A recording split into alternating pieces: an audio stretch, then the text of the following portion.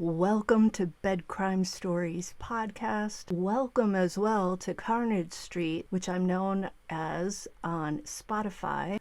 Thank you guys for being here. Let me just ask that if you enjoy the video, learn something from it, do me a favor, smash the like button. It's a free way you can help. And if you want to support the channel, please consider a membership, a Patreon, and you can even have a membership on Buzzsprout.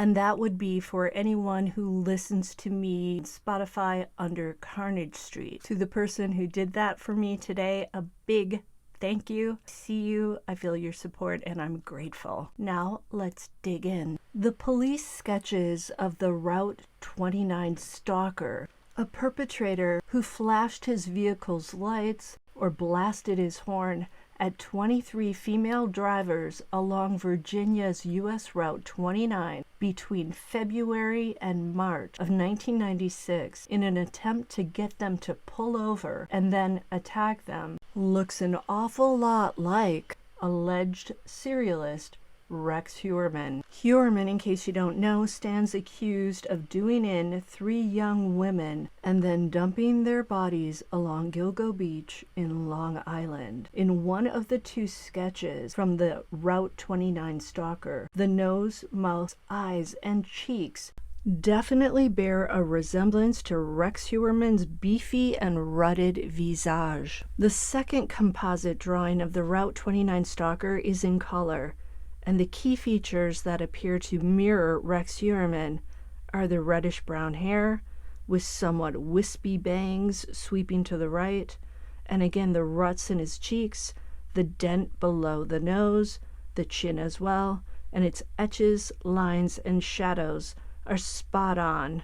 So similar are the drawings to Heuermann that the family of one of the Route 29 stalker's victims has come forward to ask the authorities to explore a possible connection to their loved one's murder.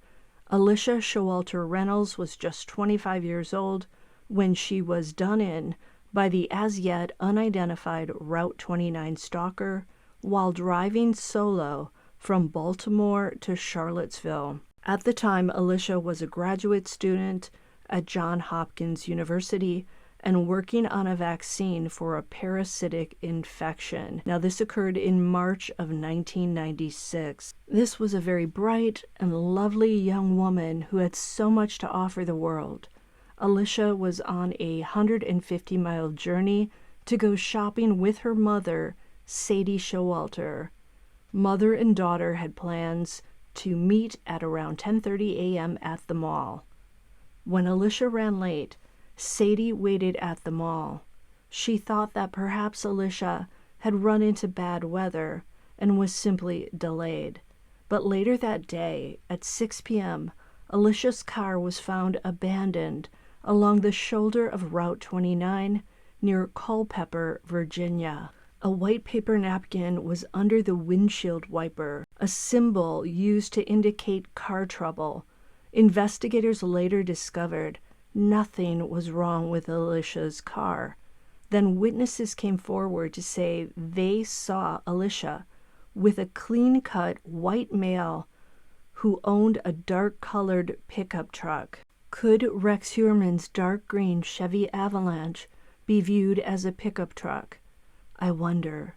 2 agonizing months went by, and Alicia's body was found dumped in woods 15 miles east of Culpeper. It was Alicia's younger sister, Barbara Josenhans, who noticed the resemblance between Heuermann and the Route 29 stalker police sketch.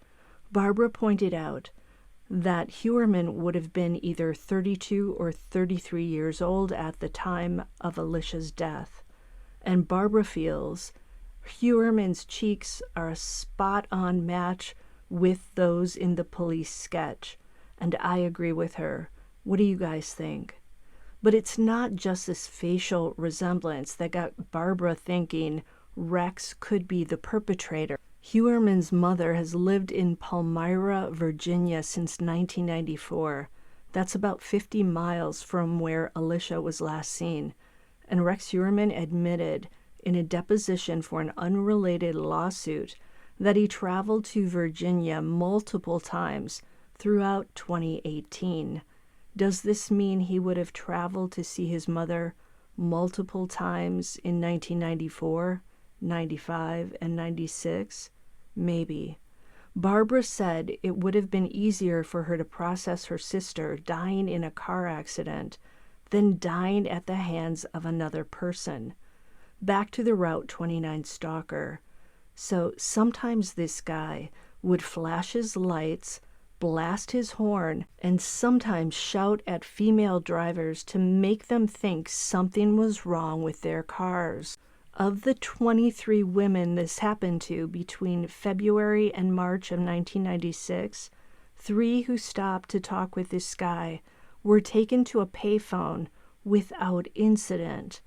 But 1 week before Alicia's disappearance, another woman was stopped on the highway by a guy who used the same trick, that something was wrong with her car. He managed to get her inside his pickup truck after offering her a ride before he attacked her with a screwdriver. Thankfully, she escaped by jumping out of the passenger door. The cops think that the man is the same one who was spotted talking to Alicia on the day she vanished. The police think he may have been conducting test runs before summoning up the courage to take a life. Over the course of more than 2 decades, the chasing of more than 10,000 leads, Virginia State Police continue to work the case. Like the families of most victims, Alicia's family hopes for some type of closure.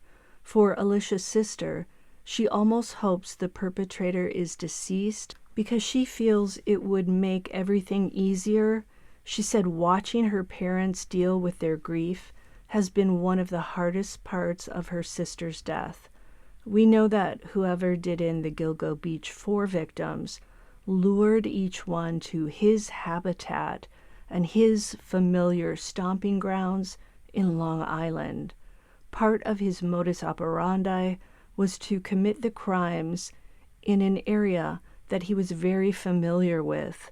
I think this Route 29 stalker was likely doing the same thing. By trying to scare them into believing something was wrong with their vehicles, he was luring them to where he was stopped along the highway.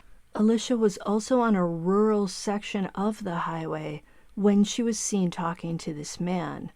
The person who dumped the 4 female bodies in the thick, tangled brush along Gilgo Beach knew it was an area where at night very few, if any, vehicles traveled, and if a car or truck came along, its presence would be announced in advance by its approaching headlights.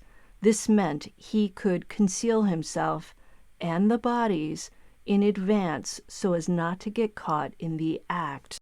It terrifies me to think of anyone sneaking out to that remote and lonely marsh along Ocean Parkway at night with bodies to dump and conceal. Such places at night would send shivers down most people's spines, but for the perpetrator, this dumping ground was his little combination playground and graveyard. Imagine him out there alone, dragging bodies wrapped in burlap. Is he breathing heavily in the night air due to the labor of dragging a body? Is he maybe talking to his deceased victims, telling them why they, in his twisted mind, deserve to die? Or was he too busy trying not to leave any trace evidence that he was instead silent and focused? He must have been pretty confident that no one else with murderous intentions would turn up out there in the dark. I mean, even the serialist can fall victim to another serialist, right? Rare, but it has happened. A serialist named Pedro Rodriguez Filho, Pedrinco Matador as he was known, did in essayers, other serialists, and people who were into little kids. He was sentenced for 71 crimes, meaning lives that he took, but claimed it was more like 100 and beyond. He died in 2023 at age 68, thank goodness. But I digress.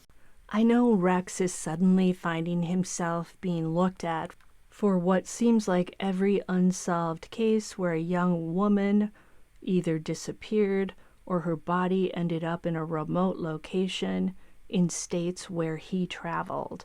While it feels like everyone wants to blame all these cases on him because he's the serialist du jour, let's not forget about guys like Ted Bundy and Samuel Little, who traveled cross-country, leaving bodies in their wake. Little, who led a nomadic lifestyle, has been linked to 60 deaths that occurred between 1970 and 2005 in 14 states, when the Gilgo Beach victims were found along with other bodies along Ocean Parkway in 2010. That dumping ground was suddenly under scrutiny. If Rex was using that area, he likely stopped to avoid getting caught. In the 3 crimes he's currently charged with, Rex, if he is guilty, committed the acts supposedly when his wife was away from home. He made use of these moments without the wife and kiddos to allegedly indulge in his sick fantasies. So I'm sure that whenever he had the opportunity to travel solo to Las Vegas, where he owns a timeshare, South Carolina, where he owns land and has a brother, and Virginia, where his mom lives, he would have been tempted to prey on young women he encountered.